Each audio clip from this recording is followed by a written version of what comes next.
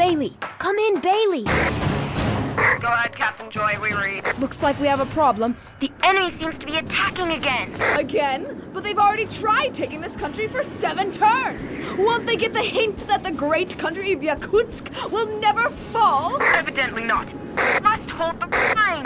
Joy, you're breaking up. Joy? Sorry to break in here, my opponent, but it's time you defended yourself. 5 armies from Irkutsk to Yakutsk. What did you roll? 2 5s and a 6. Roll your defense, as if it would make a difference. Ha! Everyone, fire! 2 6s! You lose 2 armies! Looks like you can't make any headway there, Kyle. How can this be? I'm rolling again. A 1 and a 4? Shouldn't be too hard to beat. Oh, Snake Eyes. I lose 1, you lose 1. Acceptable losses for such a prized territory. Bailey, come in. Joy? I'm a little busy. I know, but why don't you give up? You know he's got the bigger army, and you can't stand for long with just 1 army left. He started with 5, and it's down by 3. He's less than half his strength. I can do this. You'd better listen to your friend, my opponent. Give up now and save your people.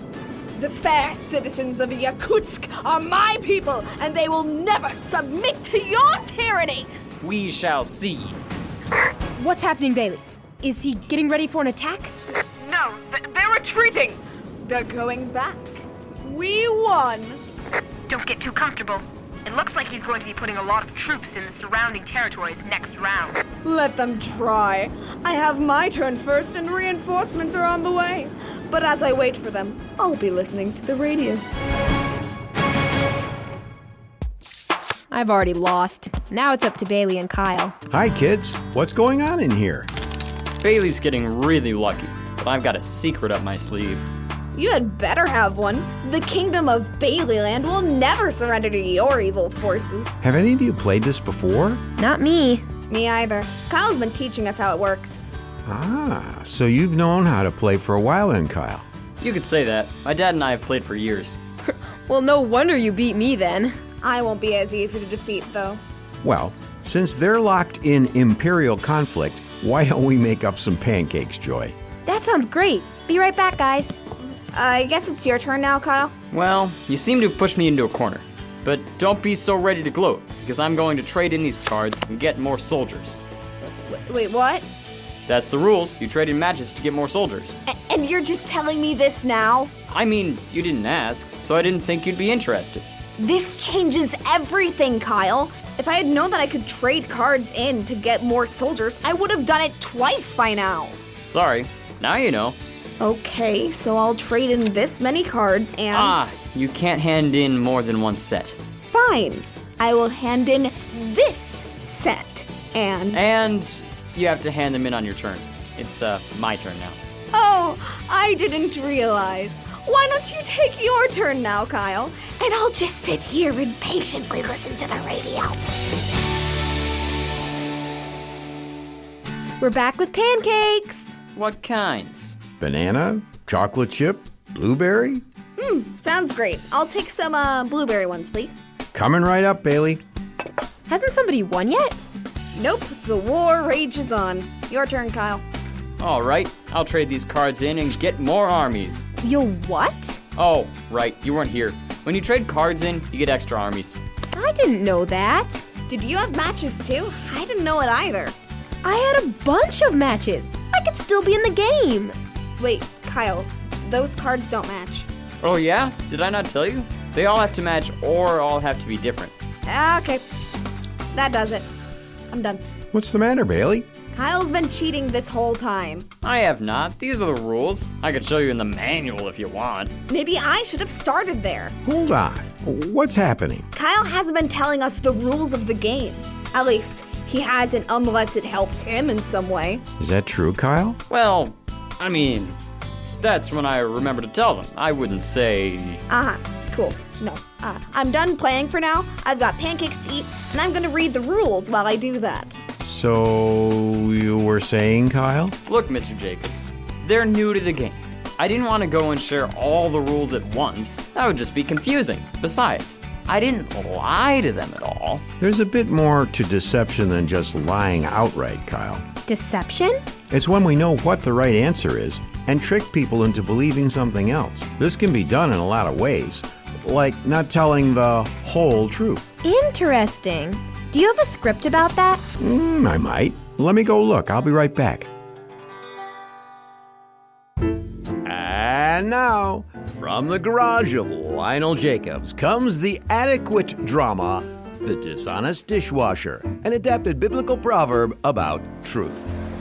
Once upon a time, in the Tinkerton Mall, there was a restaurant. Cora's Kitchen. I'm Cora. How many in your party? As with all restaurants, there were cooks, waiters, cashiers, and far in the back was the dishwasher. More dishes for you, Meg. Great. More dishes. Like most dishwashers, Meg's job was to make sure all of the dishes were clean and shiny so they could be used again by new customers. I can't stand this work. Have you ever tried washing 800 plates a day? Now imagine 8,000. Yeah, that's the life I lead these days. One day, Meg finally had enough. More dishes, Meg. Better get these done in a hurry. Looks like we've got a tour bus coming in, and we'll have a lot more coming in for you soon. Ugh, I've had it with these dishes. I'll never get these all done. If only there was some way to... Meg's eyes happened upon the ceiling and noticed it was a drop ceiling. That's the kind that has panels that you can take out. I wonder... Meg climbed onto the counter and pushed up one of the panels and peered into the dark space. There's plenty of room up here. I got a bunch of dishes up here. No one would notice. I'll just start with one or two. And so, for the next few months, whenever Cora brought more dishes than Meg thought was worth cleaning, she would craftily hide one or two dishes in the ceiling just to make it easier on herself. All right, everyone, gather around. You've all done good work, but tonight we will be having a special visitor. No, it's not a movie star or someone famous. It's the health inspector. He will be checking to make sure that Cora's Kitchen is a safe place for people to eat. That means we need to be cleaner than ever, so he will be impressed. Meg, that means to be extra careful with the dishes, but I want you to be just as fast. All right, let's go feed some people. Needless to say, Meg wasn't happy about the news. The ceiling got a few more dishes than usual that day.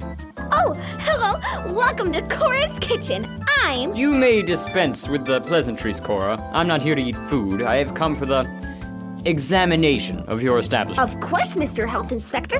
I think we should start in the kitchen. Right this way.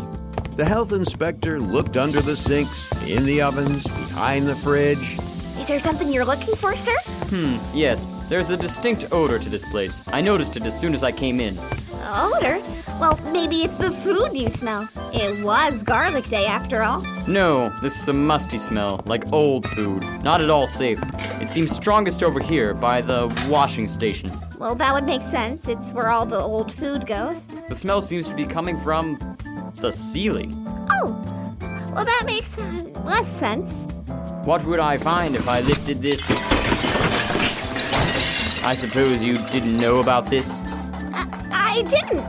These plates are disgusting. It didn't take long for Cora to realize who was responsible for this. Excuse me for a moment, will you? I have a certain dishwasher to fire.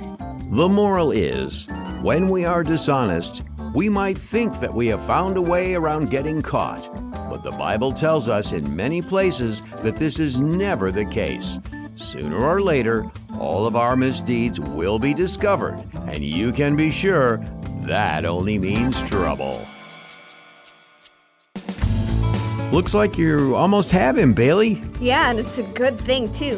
Who knew a board game could take more than 2 hours to play? There are a few out there like that. Ready to defend your last territory, Kyle? Bring it on! Mr. Jacobs, I have a question about what we've been talking about. You mean about deception? What is it, Joy? Well, you said earlier that deception is when we try to trick people into believing something that isn't really true. That's right. Well, isn't that part of playing games? I know I've played games where the whole point is to trick people so you can win. Now that's an interesting question. Some people might not agree with me, but I think there is a difference. It doesn't seem different. I'll do my best to explain. When you play a game, you and the other players agree to follow rules that the game sets. If the game says that you can't do something, then everyone must obey those rules. If the game says you can try to trick your opponents, then it's a rule that everyone agrees with and it's okay. Okay, that makes sense. But does the Bible have anything to say about that? Well, there are a few I can think of that might. 2 Timothy 2:5, for instance, tells us that to win, you need to play by the rules. But to be honest, I think the best verse for this kind of question would be something like Philippians 2:4, where God tells us to not only look out for ourselves, but for other people. Meaning?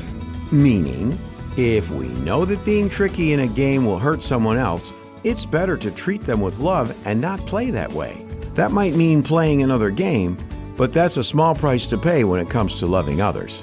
And if everyone is okay with a little trickiness, then it's all right to play those kinds of games with them. Well, like I said, not everyone feels that way. The Bible does say a lot about the dangers of deception in verses like Proverbs 26:24 and 1 Peter 2:1. Personally, I think these are verses about being unkind and hurtful towards others. But some might think God is talking about games too. Who would have thought that things could be so confusing? It is complicated, and I think it's a good idea to talk to people like your parents and pastor to see what they have to say about it. And that's game. I win. Yep. Congratulations, Bailey. Thanks for teaching me how to play, Kyle. It was fun. No problem. It's one of my favorites. Rematch? Sure, if you want to. You going to play, Joy? Nah, I'm done. I've got a lot to think about. How about you, Mr. Jacobs? There's room for one more. Why not? You're sure you won't join us, Joy? I'm sure. I've got to get going anyway. Want me to turn off the radio on my way out? Oh, that would be great. See you later. Bye!